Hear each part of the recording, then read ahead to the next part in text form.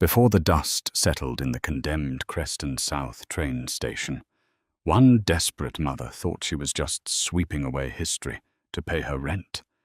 She had no idea the rusted lockbox buried beneath the floorboards held a century-old secret, one that would either save her family or destroy it. The Creston South station had been abandoned since 1987, left to rot on the forgotten edge of town where the city planners refused to look. Over the decades, its grand Romanesque arches had surrendered to creeping ivy, and the magnificent stained glass skylights had been reduced to jagged, soot-stained teeth. It was a monument to a bygone era of prosperity, but to 34-year-old Evelyn Harper, it was nothing more than a lifeline. Evelyn's hands were blistered and wrapped in cheap electrical tape. Her lungs burned with the smell of mildew, pigeon droppings, and decades of undisturbed dust. She swung the heavy push broom across the concourse, the coarse bristles scraping against the cracked terrazzo floor. She had begged for this job. Gregory Mitchell, the city zoning manager, had initially laughed in her face when she marched into his office asking for the cleanup contract. The city was scheduled to demolish the station in exactly 14 days to make way for a concrete strip mall. Mitchell had budgeted $5,000 for a professional hazmat crew to do a cursory sweep before the wrecking balls arrived. Evelyn told him she would do it in 10 days for $2,000 in cash.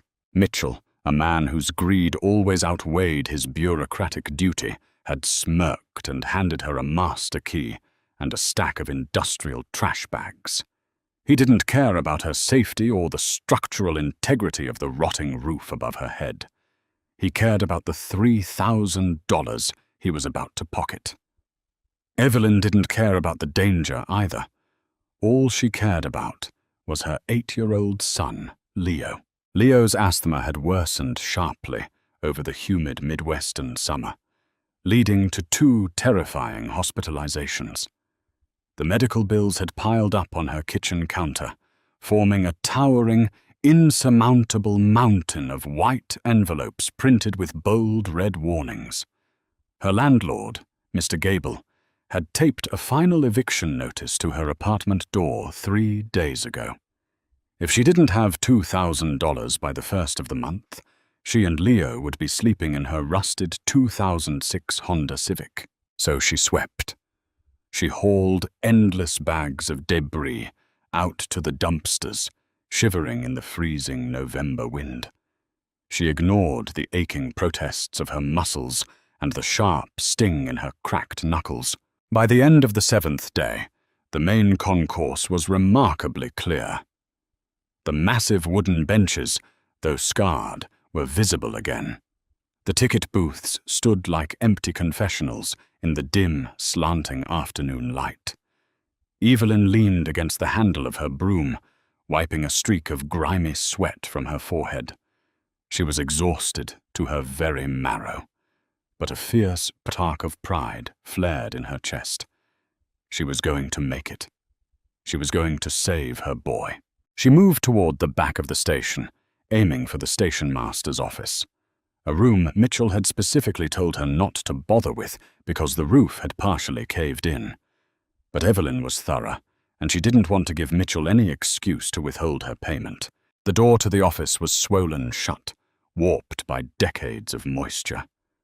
Evelyn wedged an iron crowbar into the frame and threw her entire body weight against it. With a violent crack, the rusted hinges gave way, and she stumbled forward into the gloom. The room smelled different from the rest of the station. Beneath the scent of decay, there was a faint, metallic tang, like old copper and dry earth.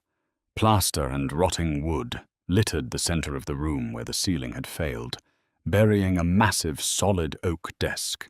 Evelyn began clearing the debris, tossing chunks of drywall and shattered glass out into the hallway. As she dragged a heavy piece of timber away from the desk, her work boot caught on something uneven. She stumbled, catching herself against the edge of the oak desk. Frowning, She looked down.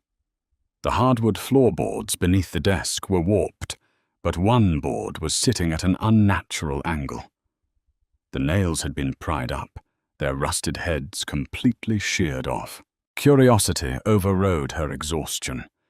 Evelyn knelt on the cold floor, shining her heavy-duty flashlight onto the anomaly. She wedged her fingers into the gap between the boards and pulled. It wouldn't budge. She grabbed her crowbar, sliding the flattened edge into the crack, and applied pressure. The wood groaned, splitting down the middle with a sharp snap. Beneath the board was a dark, rectangular hollow, cut perfectly into the foundational joists. And sitting inside the cavity, wrapped in an oilcloth that had turned stiff and brittle with time, was a heavy iron lockbox. Evelyn's breath hitched in her throat. Her heart began to hammer against her ribs, a frantic, desperate rhythm. She reached into the hole. The box was incredibly heavy, weighing at least 20 pounds. She had to use both hands, straining her shoulders as she hauled it up and onto the dusty floor. It was roughly the size of a large shoebox, constructed of thick, blackened iron, with a heavy brass padlock securing the front latch. For a long moment, she just stared at it. In her mind, she heard Mitchell's greasy voice telling her that anything found on city property belonged to the city. If she handed this over to him, he would undoubtedly claim whatever was inside for himself and still demand she finish the cleanup for her measly $2,000. Evelyn thought of Leo, struggling to breathe in his sleep, the sound of his wheezing echoing in their small, drafty apartment. She thought of the eviction notice. She didn't hesitate. Evelyn shoved the heavy box into her largest canvas duffel bag, buried it beneath her dirty work gloves and a pile of rags, and hoisted it over her shoulder. She locked the station doors behind her, the heavy deadbolt sliding into place with a definitive click. She was taking it home. Evelyn didn't open the box right away. She waited until she had picked Leo up from her neighbor's apartment, fed him a cheap dinner of macaroni and hot dogs, and tucked him into bed. Only when the apartment was completely silent, save for the rhythmic hiss of the radiator, did she bring the heavy canvas bag into the cramped kitchen. She set the iron box on the Formica table.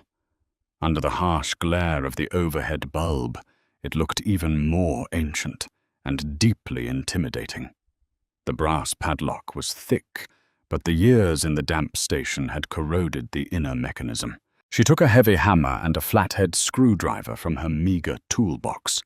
Wedging the screwdriver into the shackle of the lock, she brought the hammer down with a muffled thud, wrapping a dish towel around the tools to dampen the noise. It took 5 agonizing, sweaty minutes of brutal force before the rusted inner pins shattered. The padlock popped open, falling to the floor with a heavy clatter. Evelyn's hands were shaking violently as she flipped the iron latch up and opened the lid. She didn't know what she had expected. Gold coins, stacks of cash, diamonds. Instead, a profound sense of disappointment washed over her. The box was filled with paper. She exhaled a shaky breath and began to carefully pull the items out. The first was a thick stack of letters, tied together with a fraying piece of twine. The paper was yellowed, the edges crumbling like dry leaves. She untied the string and opened the top letter. It was dated October 14th, 1932, written in elegant, looping cursive ink. It was signed by a man named Nathaniel Reed. Evelyn skimmed the words. It read like a frantic confession. "They are closing in, Josephine. The railroad men know what I have done. I have hidden the ledgers where they will never look, beneath the feet of 1,000 strangers. If anything happens to me, you must take the deed and go to Chicago. Do not trust the bank. Do not trust the law. Trust only the seal." Evelyn frowned, setting the letter aside. Beneath the letters was a heavy, silver pocket watch. It was tarnished, completely black in places, but as she rubbed her thumb across the casing, she could see intricate engravings. The initials NR were etched into the front, surrounded by a strange, serpentine crest. She tried to open it, but the clasp was jammed shut. At the very bottom of the box was a thick, leather-bound folder. Evelyn opened it, her eyes scanning the heavy parchment inside. It was a property deed, covered in official-looking stamps and a thick red wax seal that remained perfectly intact despite the decades. The document granted full ownership of an entire commercial block in downtown Chicago to Nathaniel Reed and his descendants in perpetuity. Evelyn wasn't a lawyer, but even she knew that a commercial block in downtown Chicago was worth tens of millions of dollars today. Her mind raced. If this deed was legitimate, who owned that land now? Was Nathaniel Reed murdered? Was Josephine his wife? And more importantly, could she sell this historical artifact to a collector to pay her rent? The next morning, after dropping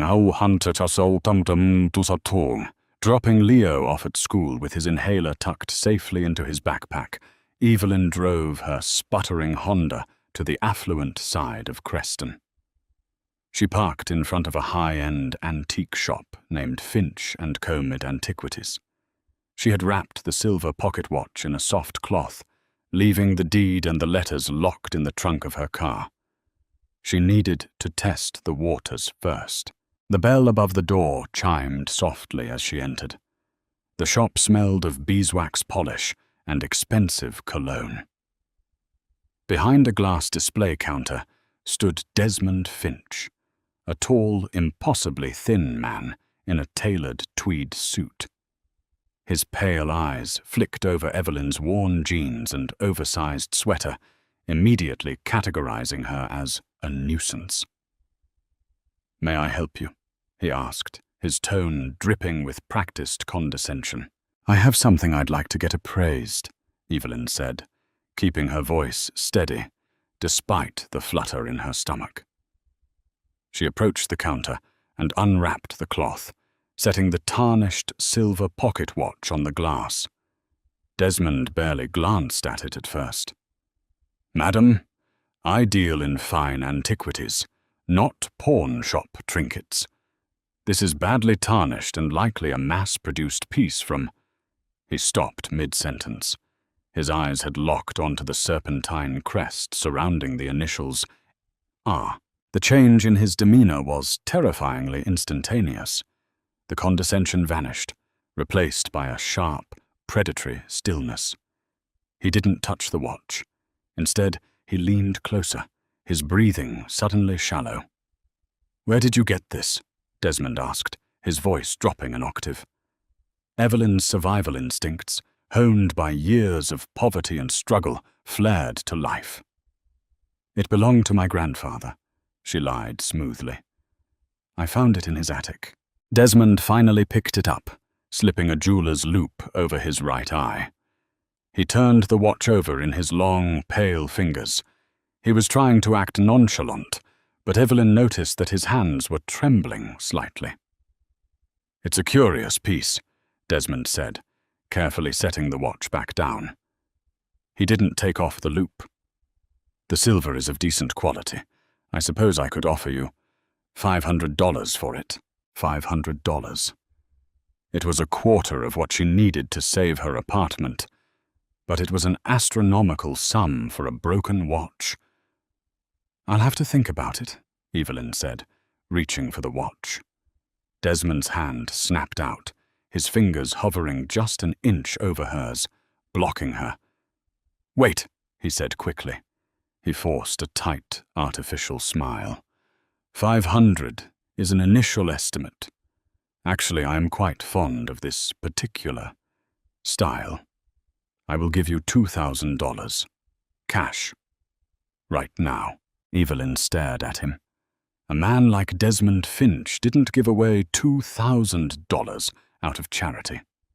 The watch was worth significantly more. or a chilling thought struck her. He knew exactly who Nathaniel Reed was. "Is there anything else that came with it?" Desmond asked, his pale eyes searching her face. "Papers? A box, perhaps?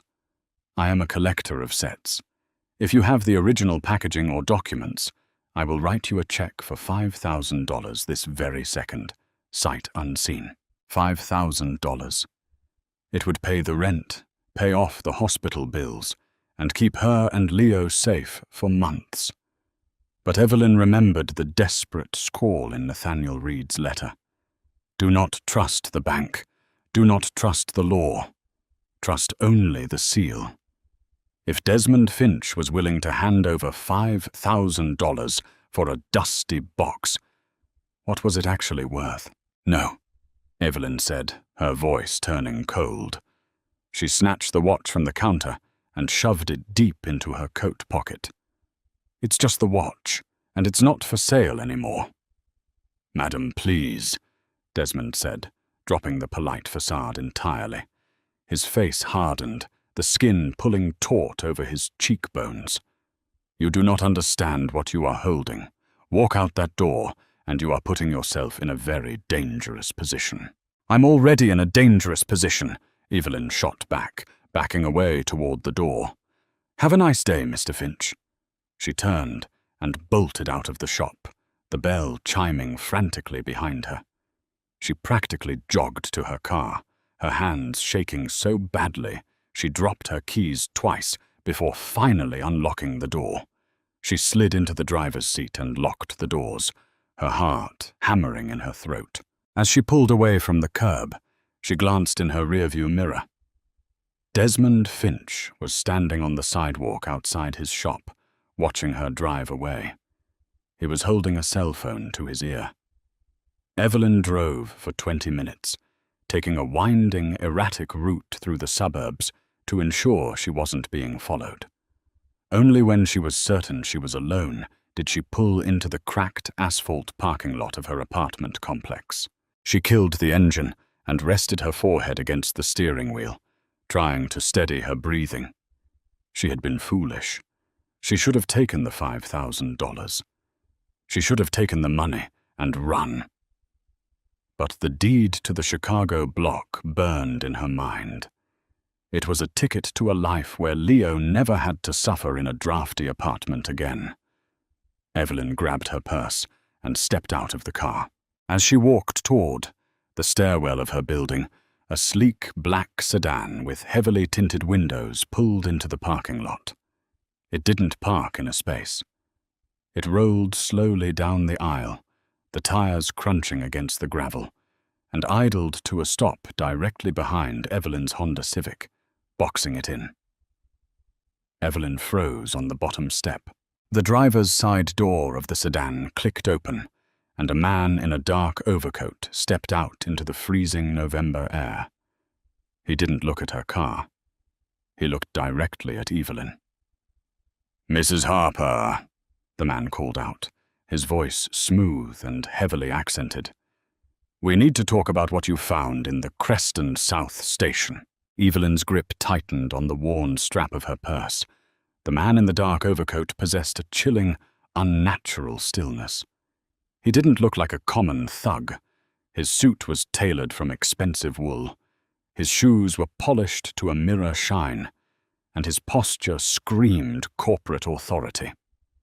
He introduced himself as Harrison Croft, a senior acquisitions director for Vanguard Holdings, a massive, multi-billion-dollar real estate conglomerate currently dominating the skyline of downtown Chicago. "I don't know what you're talking about," Evelyn lied, her voice surprisingly steady despite the violent hammering against her ribs. "I clean abandoned buildings for the city zoning manager. I don't find things. I just throw away trash." Croft smiled, a thin, razor-sharp gesture completely devoid of warmth. "Desmond Finch made a very interesting phone call 20 minutes ago, Mrs. Harper. We know you have Nathaniel Reed's lockbox. Vanguard Holdings currently owns the commercial block outlined in that ancient deed. Or rather, we claim to own it. Reed's missing property deed has been a massive thorn in our legal department's side for 70 years. Without the original document, our claim to the land is built on a very fragile foundation. He took a slow, calculated step closer, pulling a sleek leather checkbook from his breast pocket. Hand over the documents right now, and I will write you a cashier's check for $50,000. Refuse, and my company will bury you in litigation until you are homeless and destitute. And given your son Leo's rapidly deteriorating medical condition, I imagine you cannot afford a prolonged legal war. You need money for his hospital bills, Evelyn. I am offering you a way out. The casual mention of Leo sent a jolt of pure, white-hot fury through Evelyn's veins. Croft had investigated her in record time. He knew her exact vulnerabilities. "I don't have it," Evelyn repeated, her voice dropping to a dangerous whisper as she backed up the concrete stairs toward the entrance of her building. "And if you ever come near my son, I will kill you." She didn't wait for his response. Evelyn bolted up the stairs, fumbling frantically with her keys, and slammed the heavy apartment door shut, instantly throwing the deadbolt. Her hands were shaking so violently, she could barely dial her neighbor's phone number to ensure Leo was safe. He was safely eating snacks and watching cartoons. Evelyn dragged the heavy canvas bag from beneath her bed, her mind racing with terrifying possibilities. She couldn't fight a billionaire conglomerate on her own, but she couldn't surrender either. Nathaniel Reed had specifically warned Josephine not to trust the law or the banks. Trust only the seal. She pulled out the heavy parchment deed. The thick red wax seal bore the same serpentine crest as the silver pocket watch. Holding it up to the harsh, flickering kitchen light, Evelyn noticed a faint, microscopic indentation pressed deeply into the wax, a secondary stamp she had missed before. It wasn't just a family crest. It was a professional logo, a Scales of Justice emblem with the letters PW delicately interwoven into the base. Evelyn sprinted to her battered laptop, typing frantically into the search engine. PW Scales of Justice Chicago. 1930s real estate law. Pages of dusty historical archives flooded the glowing screen. Finally, a scanned article from the Chicago Tribune, dated 1934, appeared. It detailed a prominent, fiercely incorruptible law firm known as Pendleton and Wright. They were the only attorneys in the entire city who had stubbornly refused to be bought out by the corrupt railroad barons of the era. According to the business directory, the firm still existed today. Having evolved over the decades, they were now operating under the name Wright, Montgomery, and Hayes. She found their modern corporate contact page. They were a powerhouse litigation firm located in a massive glass tower on LaSalle Street. Evelyn didn't hesitate for a single second. She packed the lockbox back into the canvas bag, grabbed a heavy kitchen knife for protection, and snuck out the rusted fire escape window, abandoning her blocked-in Honda Civic entirely. She sprinted through the freezing alleyways, hopped a chain-link fence, and boarded a 2-hour commuter bus heading straight into the heart of downtown Chicago, her heart pounding with every bump in the road. The towering glass and steel skyscraper looming over LaSalle Street was a far cry from the rotting, pigeon-infested Creston South Station. Evelyn, clutching her dirty canvas bag, ignored the intensely judgmental stares of the corporate receptionists and loudly demanded to see a senior partner. When the security guards approached to escort her out, she refused to leave, screaming that she had the missing Nathaniel Reed deed and threatening to call every local news station in the city. The commotion worked. Eventually, she was ushered into the sprawling, luxurious corner office of Benjamin Hayes, a senior partner in his late 60s with distinguished silver hair and sharp, incredibly intelligent eyes. He listened patiently as Evelyn, exhausted, dirty, and desperate, spilled the entire, unbelievable story. She placed the heavy iron lockbox, the tarnished pocket watch, and the ancient deed directly onto his polished mahogany desk. Hayes leaned forward, meticulously inspecting the red wax seal with a jeweler's magnifying glass. When he finally looked up, all the color had drained from his face. "My grandfather was Jonathan Wright," Hayes whispered, his voice thick with sudden emotion. "He personally represented Nathaniel Reed. Reed was brutally murdered in an alleyway before he could securely transfer this deed to his wife, Josephine. Vanguard Holdings fabricated a fraudulent bill of sale in 1935 to steal the land and build their empire. Our firm always suspected massive fraud, but the original deed was lost to history. This," he gently touched the brittle parchment, "this proves Vanguard built a billion-dollar corporate empire on stolen land." "They offered me $50,000, Evelyn said, her voice trembling slightly. "A man named Harrison Croft ambushed me. He threatened my son." A fierce, righteous anger ignited in Hayes's eyes. "Mrs. Harper, Vanguard Holdings is about to lose a very significant portion of their empire today. By strict legal definition, and the finder of this abandoned, stolen property, and with the Reed bloodline completely extinguished decades ago, you are fully entitled to a percentage of the recovered estate under the state's salvage and recovery statutes." "How much money are we talking about?" Evelyn asked, holding her breath. "Enough to buy Vanguard's entire building and fire Harrison Croft yourself," Hayes replied grimly. The ensuing legal battle was swift, ruthless, and brutal, but it was fought entirely behind closed boardroom doors. Once Hayes officially presented Vanguard's terrified attorneys with the authenticated deed and the looming threat of a massive, extremely public historical fraud scandal, the mighty conglomerate completely capitulated. They simply couldn't afford the catastrophic public relations nightmare or the federal criminal investigation it would inevitably trigger. 2 weeks later, Evelyn sat in Hayes's plush office as a massive settlement agreement was quietly pushed across the desk. It was an ironclad non-disclosure agreement in exchange for relinquishing the physical deed to the city archives. Sitting directly across from her was Harrison Croft, his previous arrogance entirely replaced by pale, sweaty defeat. Evelyn stared at the certified cashier's check firmly attached to the legal document. $7.5 million.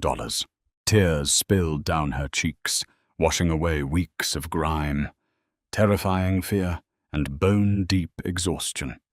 She thought of the cruel eviction notice, the towering stack of hospital bills, and the choking dust of the abandoned train station. All of it was finally over. 6 months later, Evelyn Harper walked out of the premier pediatric respiratory clinic in downtown Chicago, holding a perfectly healthy, smiling Leo tightly by the hand. They climbed into a pristine, new SUV, leaving the dark memory of the freezing, mold-ridden apartment far behind them forever. She had purchased a beautiful, sprawling home in the quiet suburbs and immediately set up a multi-million-dollar charitable foundation specifically designed to help single mothers facing sudden eviction. As they drove away toward their new life, Evelyn gently touched the silver pocket watch she had kept for herself, feeling the intricate serpentine crest beneath her thumb. She had originally thought she was just sweeping away forgotten history to pay her monthly rent. But hidden in the cold ashes of the past, she had miraculously unearthed her family's bright, unshakable future. What would you do if you found a secret that could change your life forever? Evelyn's journey proves that sometimes the greatest treasures are hidden in the places everyone else has abandoned. If this incredible story of resilience, mystery, and a mother's fierce love kept you on the edge of your seat, please hit that like button. Share this video with someone who loves a brilliant plot twist, and don't forget to subscribe for more amazing stories.